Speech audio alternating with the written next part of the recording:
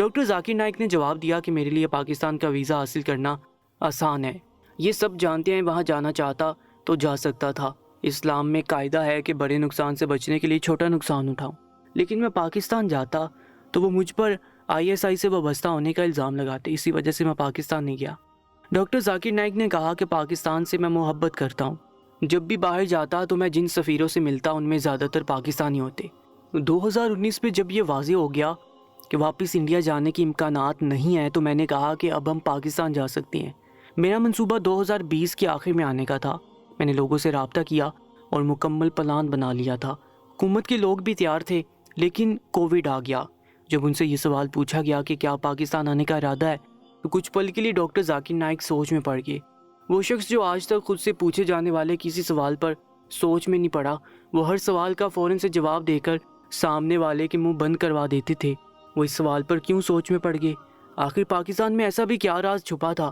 صحافی نے دوسری بار اپنا سوال دہرایا تو وہ بری طرح سے چونکے تھے۔ پھر ڈاکٹر ذاکر نائک نے جواب دیا، ہاں بالکل، دعوت نامے آنے شروع ہو گئے ہیں اور میں بہت جلد پاکستان آؤں گا۔ لیکن یہ کہتے ہوئے پہلی دفعہ ان کی آواز میں صرف لڑکھڑاہٹ محسوس کی گئی تھی اور ان کی آنکھوں میں ایک عجیب سی یاسیت تھی۔ انڈیا جانے کے امکانات کے بارے میں ذاکر نائک نے کہا کہ انڈیا جانا بہت آسان ہے، باہر نکلنا بہت مشکل ہے۔ بلانے کے لیے تو ریڈ کارپٹ بچھا دی جائے گی کہ آؤ اور اندر جیل میں بیٹھو، ظاہر ہے کہ گرفتار کر لیں گے۔ ان کی فہرست میں نمبر 1 دہشت گرد ذاکر نائک ہی ہے۔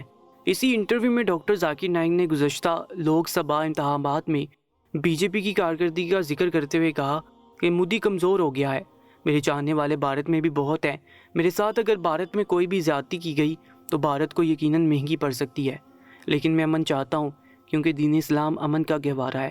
لیکن سوال اب بھی وہی ہے کہ ڈاکٹر ذاکر نائک پاکستان کے نام پر ایک گہری سوچ میں کیوں پڑ جاتے ہیں؟ دوستو، ایک اور سوال یہ بھی جنم لیتا ہے کہ آخر انڈیا کے حکمران ڈاکٹر ذاکر نائک کے دشمن کیوں بن بیٹھے، اور اس کا جواب یہ ہے کہ پیس ٹی وی پر جس پر ڈاکٹر ذاکر نائک کی تقاریر نشر ہوتی ہیں، انڈیا، برطانیہ اور بنگلہ دیش سمیت کچھ ممالک نے پابندی عائد کر رکھی ہے، کیونکہ بھارتی حکومت کو یہ ڈر تھا کہ اگر ڈاکٹر ذاکر نائک کے چاہنے والوں کی تعداد بڑھ گئی اور لوگ گروہ در گروہ مسلمان ہونے لگے تو بھارت میں ہر طرف دین اسلام کا ڈنکا بجنے لگے گا، اور یہ بات بھارت حکام کے لیے ناقابل برداشت تھی۔ اس لیے سب سے پہلے ڈاکٹر ذاکر نائک کے چینل پیس ٹی وی پر پابندی عائد کر دی گئی۔ ڈاکٹر ذاکر نائک پیس ٹی وی کے مالک بھی ہیں۔ ڈاکٹر ذاکر نائک کو اپنی تقریروں میں اسلام کے بارے میں بات کرتے سنا جاتا ہے۔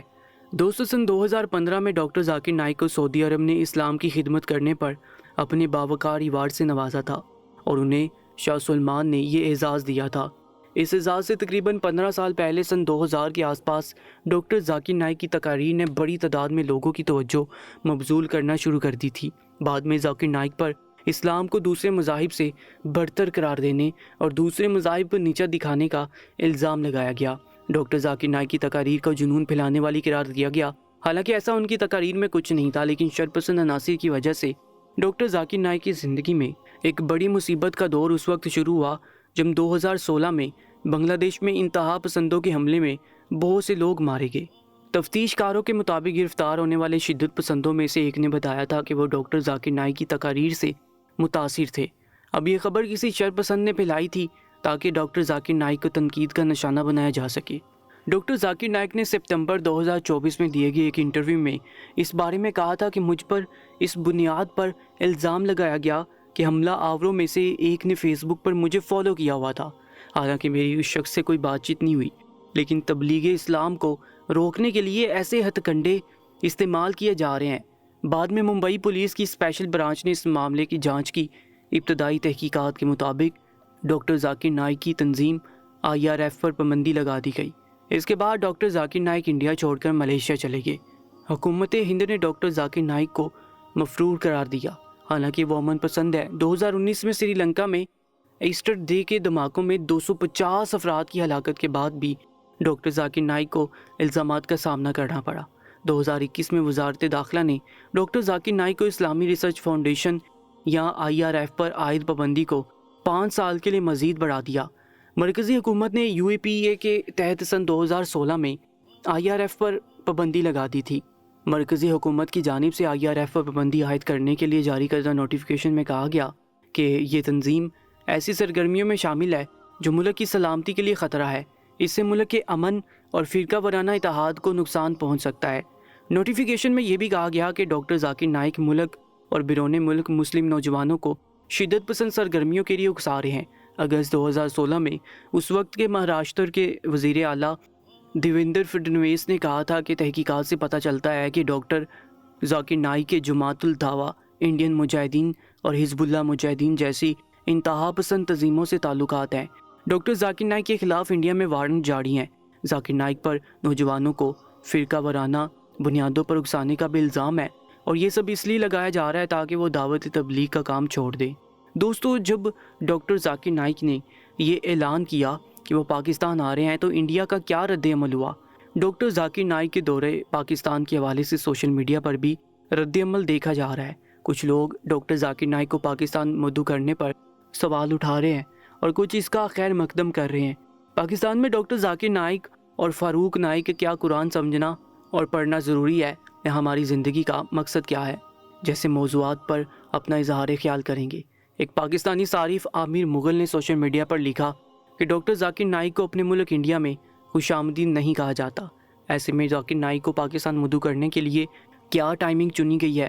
ذاکر نائک کو القاعدہ، دولت اسلامیہ اور اسامہ بن لادن کا حامی سمجھا جاتا ہے۔ عامر مغل نے ذاکر نائک کی ایک پرانی ویڈیو شیئر کی ہے۔ اس ویڈیو میں ڈاکٹر ذاکر نائک کو یہ کہتے ہوئے سنا جا رہا ہے کہ اس ملک کے ساتھ جو سب سے غلط کام ہوا وہ تقسیم ہے۔ مسلمانوں کے لیے بہتر ہوتا کہ وہ ایک ملک کی طرح مل جل کر رہتے، پھر وہ ایک بہت بڑی طاقت بن کر ابھرتے، لیکن اس بات کو غلط معنی دے کر یہ ثابت کرنے کی کوشش کی جا رہی ہے کہ ان کا مقصد جنگ کے لیے اکسانا نہیں، بلکہ وہ ایمان اور تبلیغ کی دولت کے بارے میں بتا رہے تھے۔ انڈیا میں پاکستان کے سابق ہائی کمشنر عبد الباسط نے سوشل میڈیا پر ڈاکٹر ذاکر نائک کا پروگرام شیئر کرتے ہوئے کہا ہے کہ پاکستان میں آپ کا تہہ دل سے استقبال ہے۔ دوستو، پاکستان میں آنے کا اعلان جب ڈاکٹر ذاکر نائک نے کیا تو بھارت کو یہ بات نہایت ناگوار گزری، لیکن پاکستان میں داخل ہوتے ہی جو واقعہ ڈاکٹر ذاکر نائک کے حوالے سے منظر عام پر آیا اس نے سب کے ہوش اڑا کے رکھ دیے۔ دوستو، کہا جاتا ہے کہ جیسے ہی ڈاکٹر ذاکر نائک کی جانب سے یہ اعلان کیا گیا کہ متنازع مبلغ اور دانشور ڈاکٹر ذاکر نائک تقریباً 1 ماہ طویل دورے پر پاکستان پہنچے ہیں۔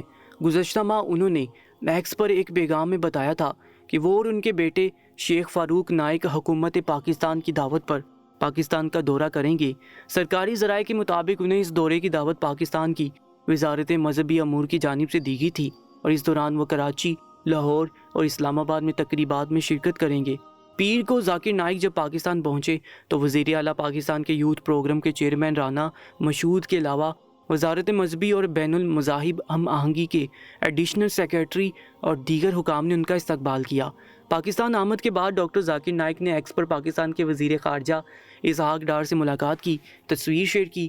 وہ پاکستان کی قومی اسمبلی کے اسپیکر سردار ایاز صادق سے بھی ملے اور مسلمانوں کو درپیش چیلنجز، بین المذاہب ہم آہنگی اور دیگر اہم امور پر تبادلہ خیال کرنا ان کا مقصود تھا۔ لیکن جیسے وہ ایئرپورٹ سے باہر نکلے تو لوگوں کا ایک ہجوم تھا جو کہ انہیں دیکھنے اور ملنے کے لیے وہاں موجود تھا، لیکن پولیس اہلکار لوگوں کے ہجوم کو پیچھے ہٹانے کی کوشش کر رہے تھے۔ لیکن دور ایک ایسے شخص پر ڈاکٹر ذاکر نائک کی نظر پڑی کہ وہ دیکھ کر گمسم سے ہو گئے۔ وہاں پر موجود ہجوم میں لوگوں کی یہ کوشش تھی کہ ڈاکٹر ذاکر نائک سے مصافحہ کریں، انہیں موقع مل جائے، لیکن پولیس لوگوں کے ہجوم کو پیچھے ہٹا رہی تھی۔ حیرت کی بات یہ تھی کہ ڈاکٹر ذاکر نائک کی نظر سامنے کھڑی شخصیت پر بھی جا کر ایسی ٹیکی کے مناظرے بدلنا بھول گئے۔ آخر کون تھا وہ شخص جس کی وجہ سے ڈاکٹر ذاکر نائک نے یہ بھی پرواہ نہیں کی کہ وہ اتنے ہجوم میں موجود ہیں اور پہلی بار پاکستان آئے ہیں، اور ہجوم کو ہٹاتے ہوئے وہ اس شخصیت کے پاس چل پڑے۔ لیکن جیسے وہ ہجوم کو ہٹا کر اس جگہ پر پہنچے جہاں وہ شخص کھڑا تھا، وہ وہاں سے غائب ہو چکا تھا۔ ڈاکٹر ذاکر نائک تیزی سے ادھر ادھر دیکھنے لگے اور پوچھنے لگے کہ یہاں جو شخص کھڑا تھا وہ کہاں گیا، لیکن کسی کو کچھ بھی خبر نہ تھی۔ آج سے پہلے یہ ڈاکٹر ذاکر نائک کو اس قدر متفکر اور پریشان نہیں دیکھا گیا تھا۔ پولیس کے اہلکار اور مذہبی رہنما جو ان کے استقبال کے لیے ایئرپورٹ آئے تھے یوں پریشان دیکھ کر وجہ دریافت کرنے لگے، لیکن انہوں نے کسی کو کوئی جواب نہیں دیا، بس دائیں بائیں جانب یوں دیکھ رہے تھے جیسے ان کی نظریں کسی کی متلاشی ہوں۔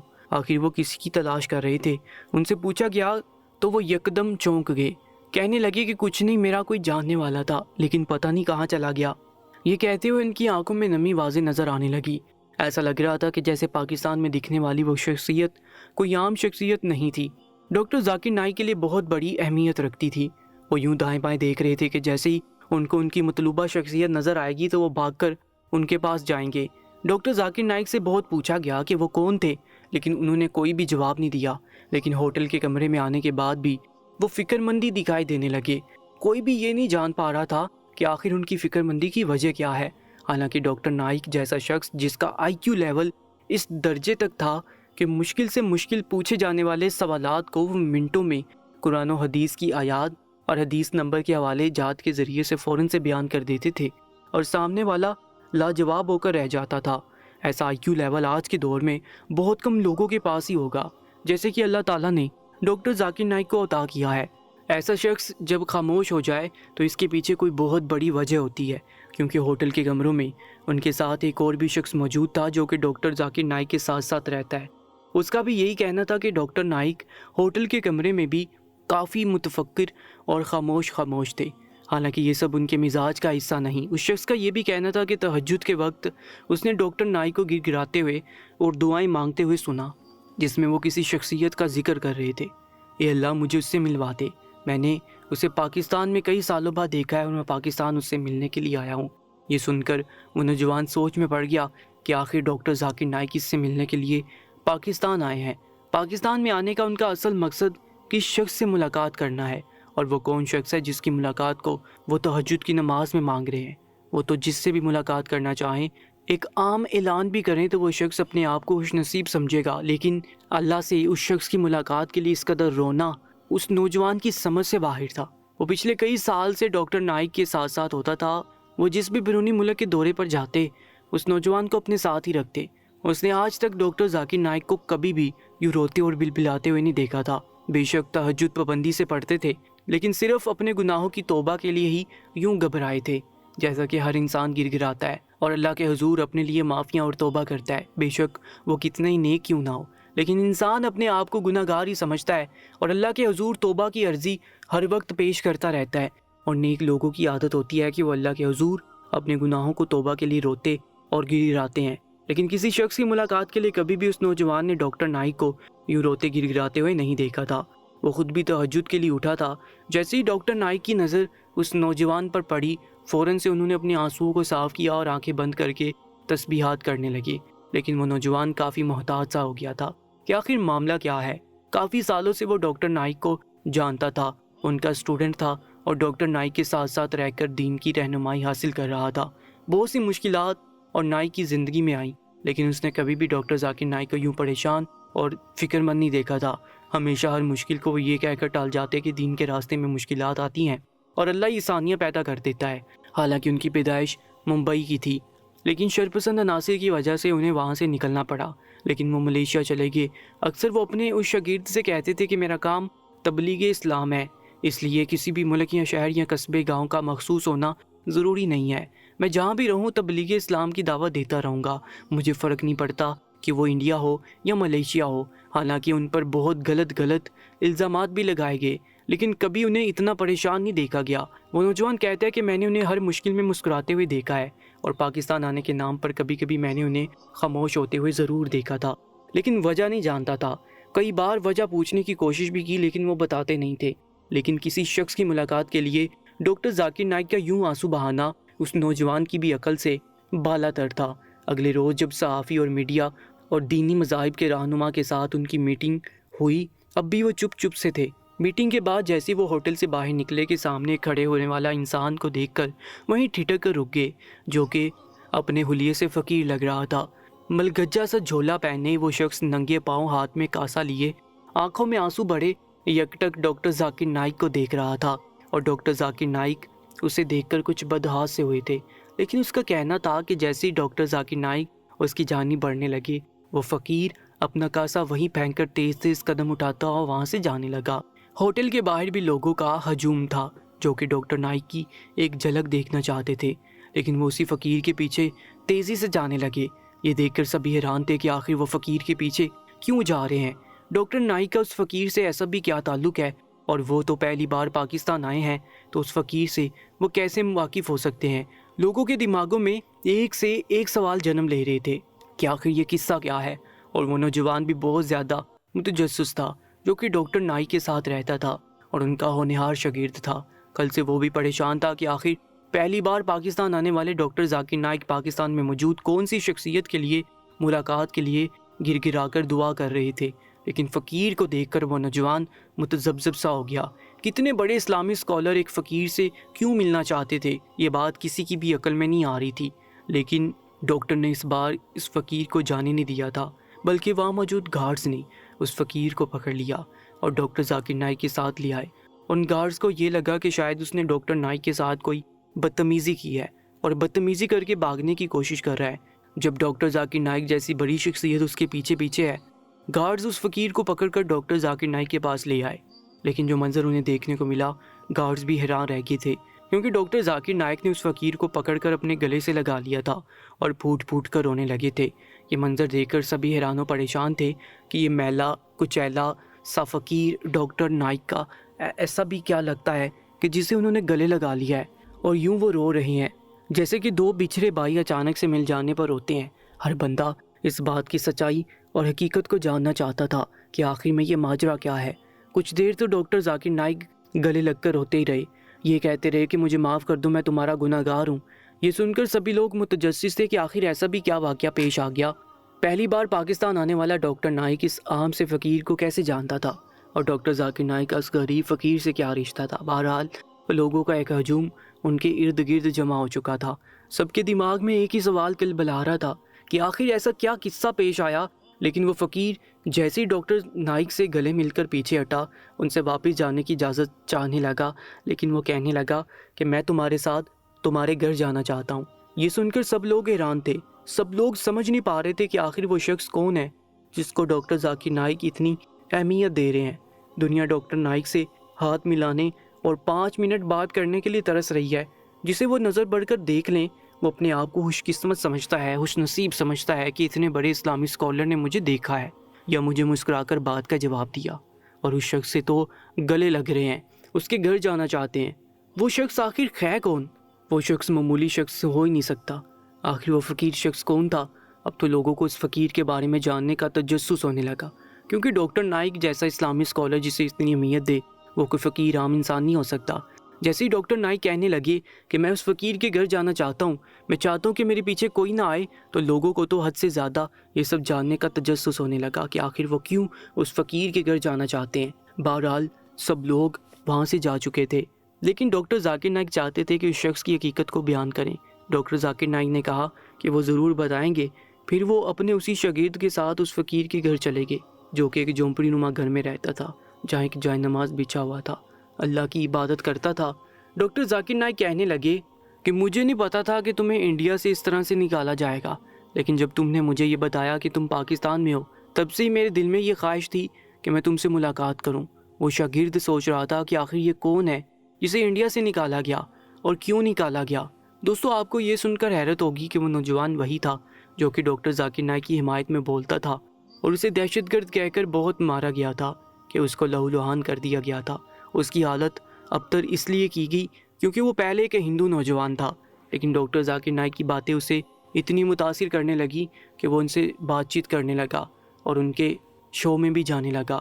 وہیں اس نے سب کے سامنے کلمہ شہادت پڑھ کر مسلمان ہونے کا اعلان کیا تھا، لیکن اس کے بعد اس پر ظلم و ستم کے پہاڑ ٹوٹنے لگے اور اسے دہشت گرد قرار دیا گیا۔ جیل میں بند کر کے اسے کوڑوں سے مارا گیا اور جب اس کی کمر اور پیٹھ پر کوڑوں کے لگنے کی وجہ سے خون رسنے لگا تو اس پر نمک پاشی کی جاتی، جس سے وہ تڑپنے اور بلکنے لگتا، اور پھر اس کے بہتے ہوئے خون سے سگریٹوں کو بجھایا جاتا، اس کے گوشت میں جلتی ہوئی سگریٹ ٹھونسی جاتی۔ لیکن اس ظالم اور زیادتی میں بھی اس نوجوان نے حق کا کلمہ ہی اپنی زبان پر جاری رکھا اور کہا کہ میں آخری سانس تک مسلمان ہی رہوں گا۔ اس کے ساتھ ہر قسم کے ظلم اور زیادتی کرنے کے بعد اسے پاکستان بارڈر کی طرف پھینک دیا گیا۔ پاکستانی فوج نے جب دیکھا اور اس کی دکھ بھری داستان سنی تو اسے پاکستان آنے کی اجازت دے دی گئی۔ وہ شخص ڈاکٹر ذاکر نائک کے دل کے قریب تھا۔ پاکستان پہنچ کر جب اس کے زخم بڑھنے لگے تو اس نے ڈاکٹر ذاکر نائک سے رابطہ کیا اور کہا تھا کہ وہ پاکستان میں ہے، اس لیے جب بھی پاکستان میں ڈاکٹر نائک آئے تو اس کی خواہش ہے کہ وہ بس ایک نظر انہیں دیکھ لے۔ اس لیے ڈاکٹر ذاکر نائک راتوں کو تہجد میں رو رو کر اس نوجوان کی ملاقات کے لیے دعا کرتے تھے۔ اس واقعے نے سب کے دلوں کو غمزدہ کر دیا۔ یہ سب سن کر سب کی آنکھیں اشکبار ہو گئی۔ بہت سے ایسے لوگ ہیں جو ڈاکٹر صاحب کی تبلیغ کی وجہ سے کلمہ حق پڑھ کر مسلمان ہوئے ہیں، اور مسلمان ہونے پر جتنی آزمائشوں کا سامنا کرنا پڑ رہا ہے، شاید اس نوجوان کی داستان سن کر آپ کو اندازہ ہو سکے کہ مسلمان ہونا کتنا بڑا اعزاز ہے۔ اس لیے اپنے ایمان کی قدر کیجیے۔ اگر آپ چاہتے ہیں کہ میں ڈاکٹر ذاکر نائک صاحب کے واقعات کو اپلوڈ کروں تو کامنٹ سیکشن میں مجھے ضرور بتائیے گا، میں آپ کے لیے بہت سارے واقعات لے کر آتا رہوں گا۔ اپنا بہت زیادہ خیال رکھا کریں، انشاءاللہ ملاقات ہوگی ایک نئی ویڈیو میں۔